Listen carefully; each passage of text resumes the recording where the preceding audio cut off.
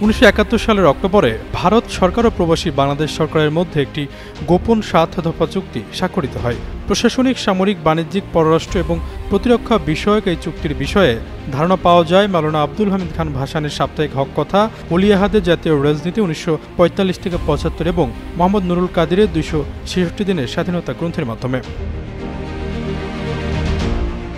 হক কথাতে মাওলানা আব্দুল হামিদ খান ভাসানী উল্লেখ করেছেন যে তাজউদ্দিন আহমেদের প্রধানমন্ত্রীত্বের সময় ভারত বাংলাদেশের সাথে গোপন একটি চুক্তি স্বাক্ষরিত করেছে, যা পরবর্তীতে বাংলাদেশের জনগণের জন্য নানা সমস্যার সৃষ্টি করেছিল।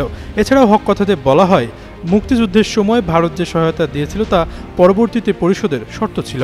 চুক্তি অনুযায়ী ইন্দিরা গান্ধী ঢাকায় সফরের সময় ৮ম চুক্তি স্বাক্ষরিত হয়, যেখানে শেখ মুজিবুর রহমান স্বাক্ষর করেন। এই চুক্তির শর্ত বিশ্লেষণ করলে এটি একটি সামরিক অধীনতামূলক মিত্রতা চুক্তি হিসাবে দেখা যায়।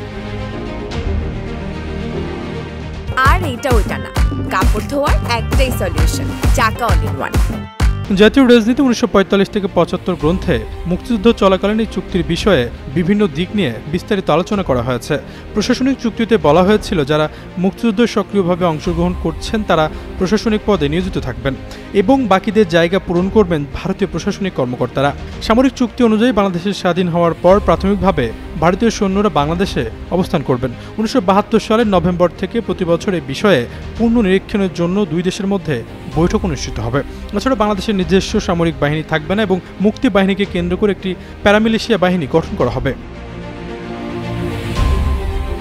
চুক্তির মধ্যে ভারত পাকিস্তান সর্বাত্মক যুদ্ধের সম্ভাবনা নিয়ে বলা হয়েছিল, ভারতীয় সেনাবাহিনী যুদ্ধের নেতৃত্ব দেবে এবং মুক্তি বাহিনী ভারতীয় বাহিনীর অধীনে থাকবে।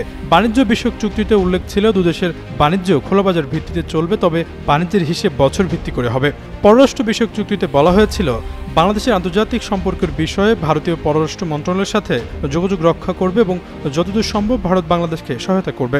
বাংলাদেশের প্রতিরক্ষা দায়িত্বভার ভারত গ্রহণ করবে। বিভিন্ন গণমাধ্যমে এ বিষয়ে বিস্তারিত তথ্য উঠে এসেছে।